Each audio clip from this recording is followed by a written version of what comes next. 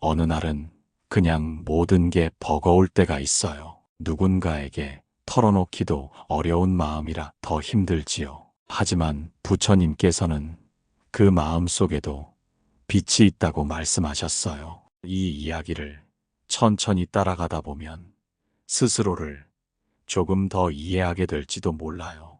아무도 모르게 마음 한쪽이 조용히 무너져 내릴 때, 그럴 때는 그냥 이렇게 말해도 괜찮아요. 사는 게 힘들어요. 지금 당신 마음을 조금이나마 어루만질 수 있도록 부처님의 말씀을 빌려 이야기로 함께 나눠볼게요. 사는 게 왜 이토록 힘이 들까? 아무 일도 하지 않았는데도 자꾸만 지쳐만 가는 날들.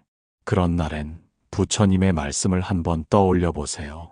지금 그대가 겪는 이 마음조차 언젠가 고요한 연못처럼 잔잔해질 수 있으니까요. 아침에 눈을 떠도 밤새 쉰 것 같지가 않아요. 몸은 분명히 잠을 잤는데 마음은 밤새 깨어 있었던 것처럼 무겁고 지쳐 있어요. 출근 준비를 하며 거울을 마주한 얼굴도 어딘가 낯설게 느껴지죠. 웃고는 있는데 마음은 하나도 웃지 않고 있다는 걸 스스로 알고 있으니까요. 그럴 때면 스스로에게 묻고 싶어져요. 나는 지금 잘 살고 있는 걸까?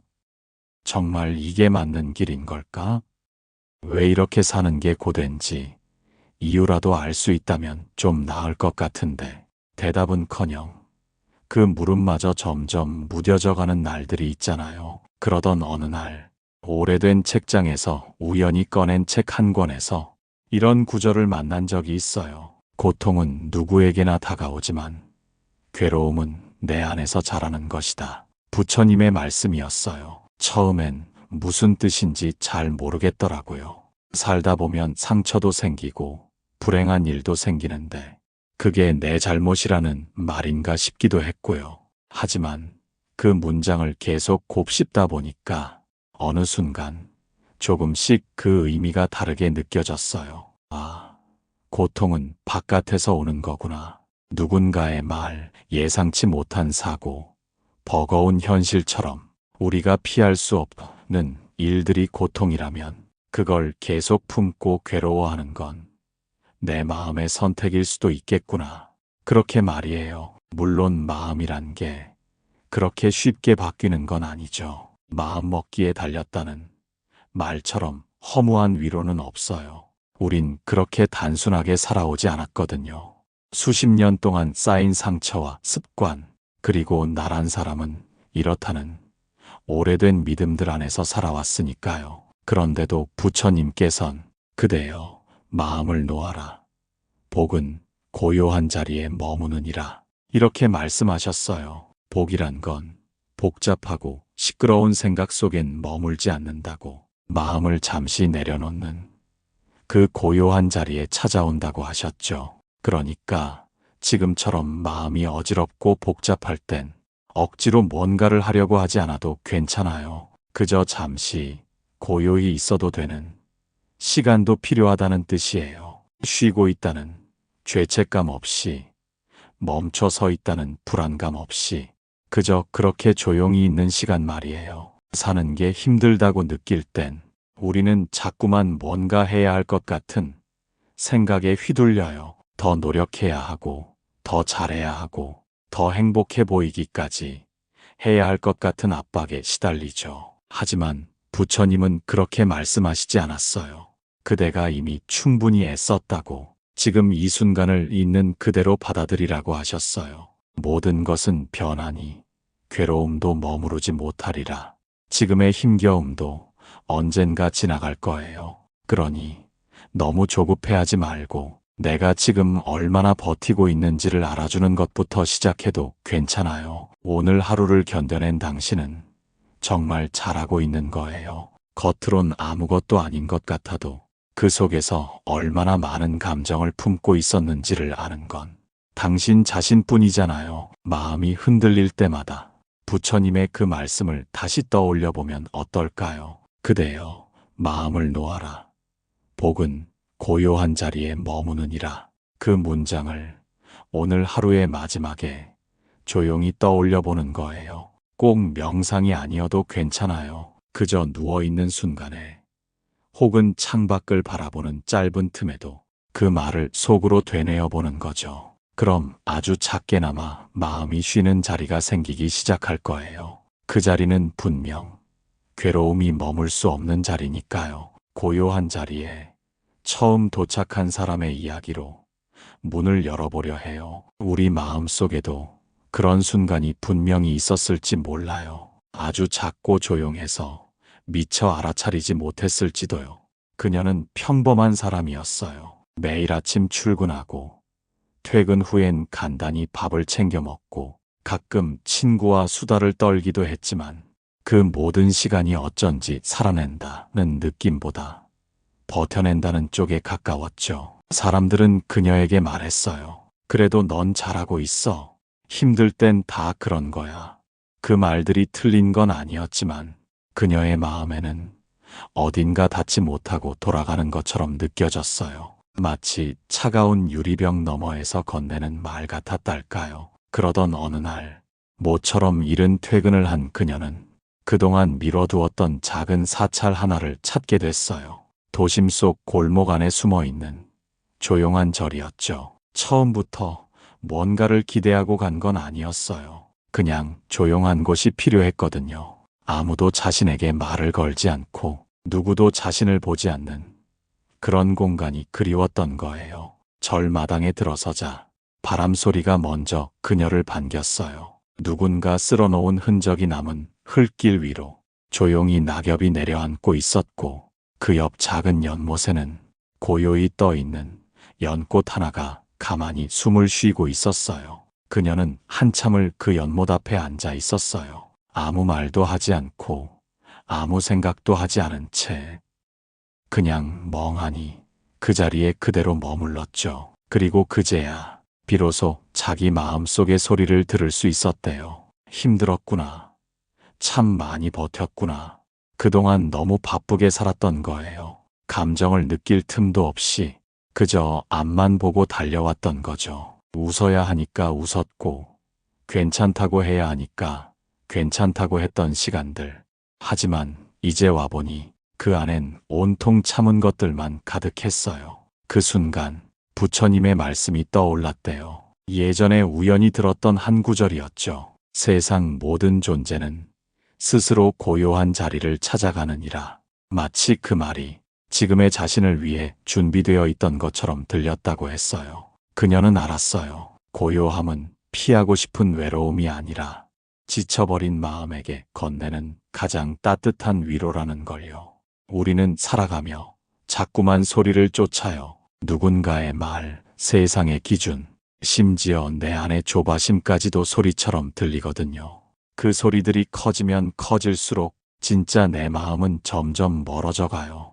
그럴 땐 부처님처럼 조용히 마음을 내려놓아야 해요. 그대가 조용해지면 세상도 그제야 조용해지거든요. 그녀는 그날 연못 앞에서 처음으로 알게 되었대요. 어디에도 기대지 않고 그저 자기 안에 고요히 머물러 있는 것도 충분히 살아있는 방식이라는 걸요. 그 후로 그녀는 자신에게 너무 많은 걸 요구하지 않기로 했어요. 잘해야 한다는 생각보다 지금 이대로도 괜찮다는 말에 더 자주 기대기로 했죠. 그녀의 하루는 눈에 띄게 달라지지 않았어요.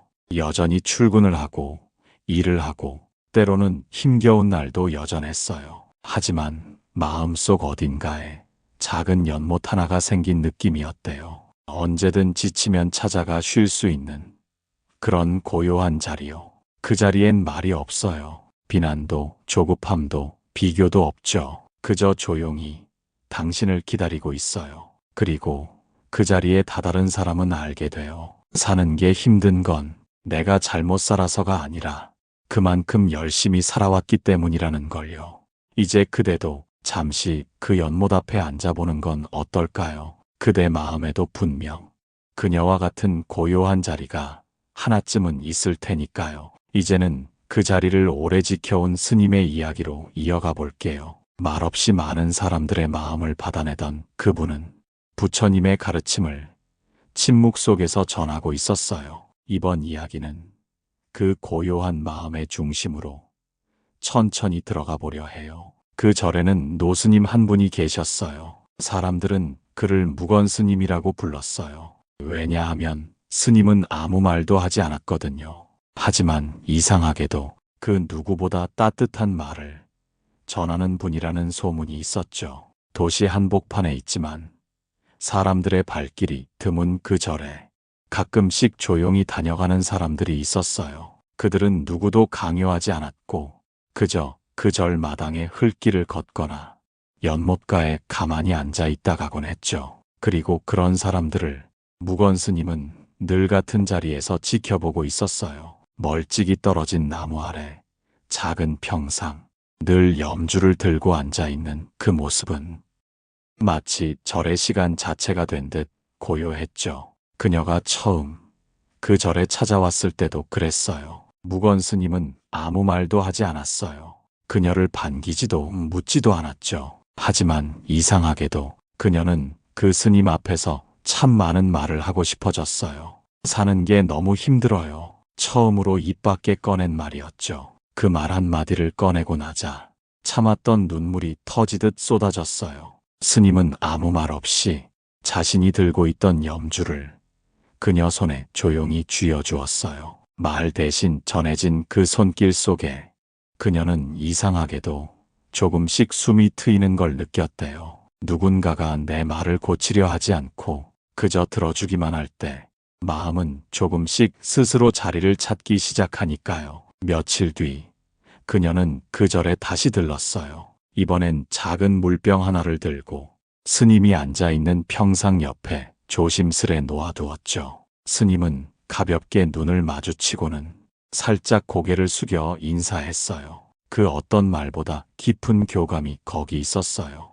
그녀는 그 이후로 자주 절을 찾았고 말없이 염주를 돌리는 스님의 모습 속에서 많은 이야기를 들었대요. 소리를 내지 않아도 마음은 닿을 수 있다. 부처님의 말씀을 글자로 들은 적은 많았지만 이렇게 사람을 통해 느낀 건 처음이었대요. 말하지 않아도 알 수 있는 고요함, 침묵이 더 많은 이야기를 품을 수 있다는 걸 그제야 깨달은 거죠. 그녀는 묻고 싶었어요. 왜 말하지 않으시냐고, 왜 그리도 조용히 모든 걸 품고 계시냐고요. 하지만 그 질문도 결국 묻지 않게 되었어요.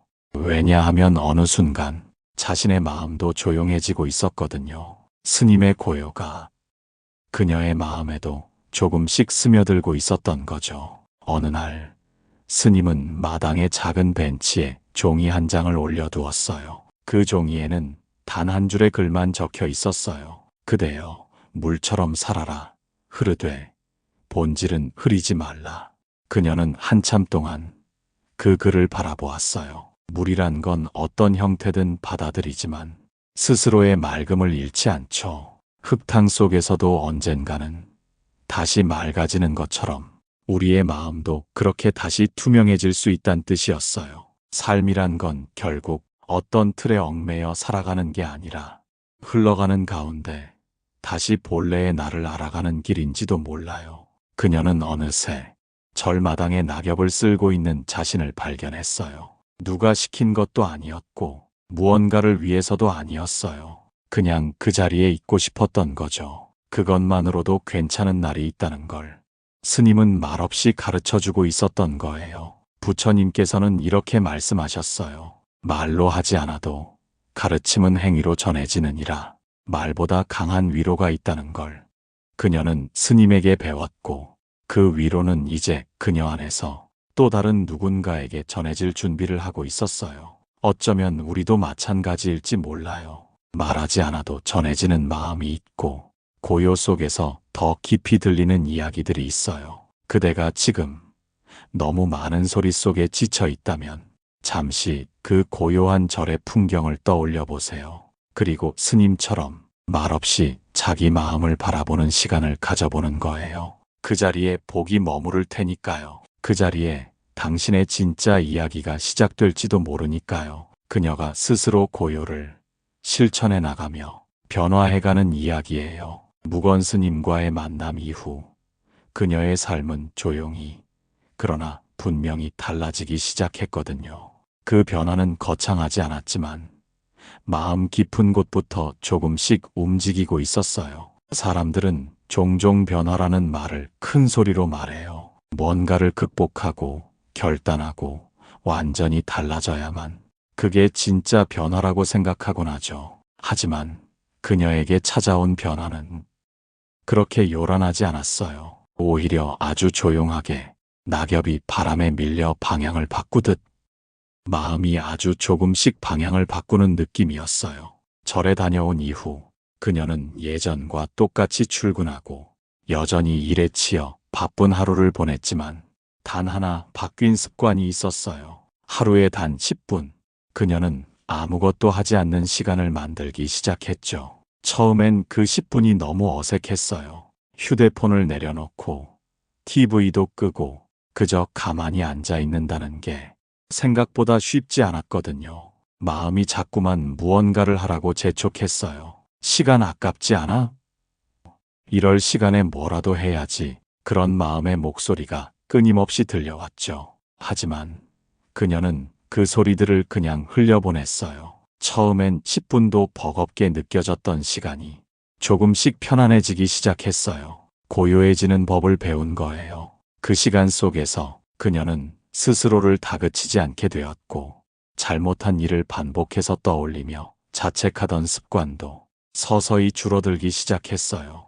부처님께선 이렇게 말씀하셨어요. 자기를 다스리지 못하면 밖의 모든 것을 다스릴 수 없다. 그녀는 그 말을 이제야 온몸으로 이해하고 있었어요. 바깥의 시끄러움은 어쩌면 내 안의 소란함이 만들어낸 거였는지도 몰라요. 조용히 자신을 들여다보는 시간이 늘어날수록 세상의 소음도 점점 멀어져 갔죠. 그녀는 어느 날 문득 회사에서 예전 같으면 화가 날 상황을 그저 조용히 넘긴 자신을 발견했어요. 무시당한 듯한 말에도 이전처럼 마음이 휘청이지 않았거든요.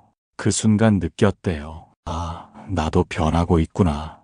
그건 누가 알아주지 않아도 좋은 변화였어요. 자신만이 아는, 자신만이 이룰 수 있었던 조용한 성장이었죠. 그녀는 어느 날 무건 스님에게 작은 편지를 남겼어요. 그 편지엔 이렇게 적혀 있었어요. 고요는 멈춤이 아니라 나를 다시 움직이게 하는 힘이었어요. 감사합니다. 그걸 알게 해주셔서. 편지엔 이름도 없고 주소도 없었지만 스님은 조용히 웃으며 그 종이를 접어 자신의 염주 옆에 조심스레 놓아두었어요. 그녀는 이제 누구보다 바쁘게 살아가면서도 하루 한 번은 스스로에게 말을 걸어요. 오늘도 잘 살아냈어. 그 말을 들은 자신이 어느새 조금 웃고 있다는 걸 알게 되었죠. 부처님은 이렇게도 말씀하셨어요. 자신을 사랑하지 않는 자는 남도 온전히 사랑할 수 없다. 그녀는 이제야 비로소 그 말의 뜻을 이해하게 된 거예요. 자신을 조금씩 이해하고 받아들이는 그 시간들이 곧 세상을 바라보는 눈도 바꾸기 시작했으니까요. 예전 같으면 짜증났을 사람들에게 한 번쯤 더 기다려주는 마음이 생겼고 버겁게 느껴졌던 일에도 마음을 한 번 더 쓸 수 있게 되었죠. 그녀의 삶이 갑자기 반짝이는 건 아니었어요. 하지만 마음이 조금 덜 흔들리고 조금 더 단단해졌다는 걸 느낄 수 있었죠. 그녀는 이제 가끔 친구들에게 이런 말을 건넸대요. 잠깐 가만히 있어봐. 그냥 이렇게 앉아 있는 것도 좋아. 그리고 친구들 중 누군가는 그 말에 울컥하며 조용히 고개를 끄덕이곤 했죠. 그녀가 전해준 고요함은 말이 아닌 마음으로 그렇게 흘러가기 시작한 거예요. 지금도 누군가는 그녀처럼 조용히 마음을 가라앉히는 중일지 몰라요.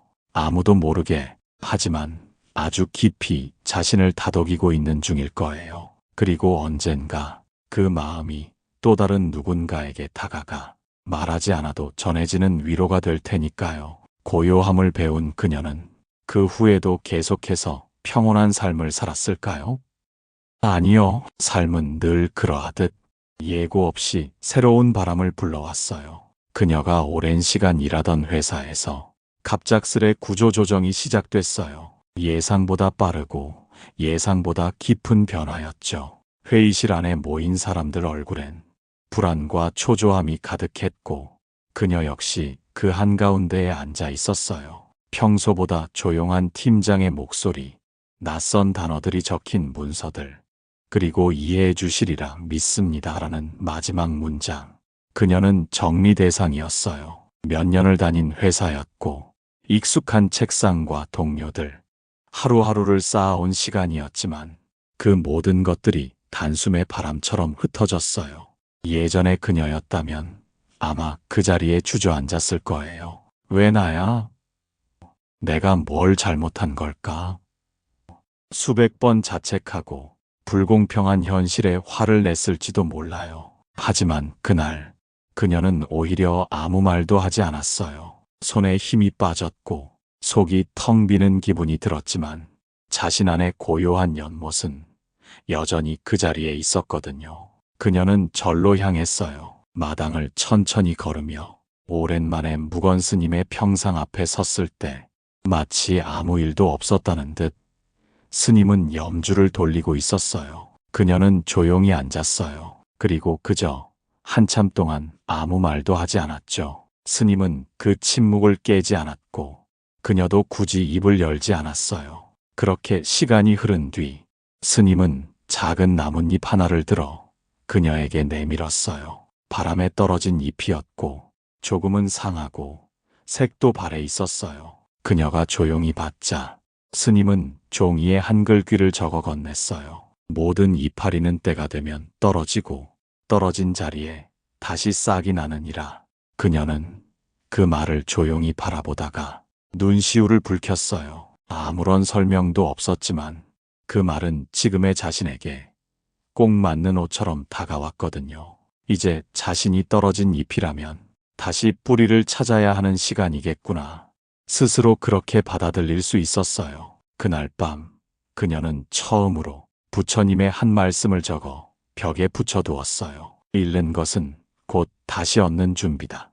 그 문장을 매일 아침 읽으며 조용히 마음을 다잡기 시작했죠. 직장을 잃고 하루하루가 조금씩 낯설어졌지만 그녀는 조급해하지 않았어요. 그 전의 자신과는 다른 마음이 이제는 삶을 이끌고 있었으니까요. 하루는 절에 들렀다가 우연히 대웅전에서 법문을 듣게 되었어요. 그날 스님은 이렇게 말씀하셨어요. 사람들은 삶이 뜻대로 되지 않으면 자신이 틀렸다고 믿으려 합니다. 그러나 그대, 삶이 틀린 것이지 그대가 틀린 것이 아닙니다. 그녀는 마치 그 말을 듣기 위해 거기 있었던 것처럼 느껴졌어요. 그 순간 오래된 죄책감이 조금씩 풀어지는 느낌이었어요. 그동안 나는 얼마나 나를 탓하며 살았던 걸까?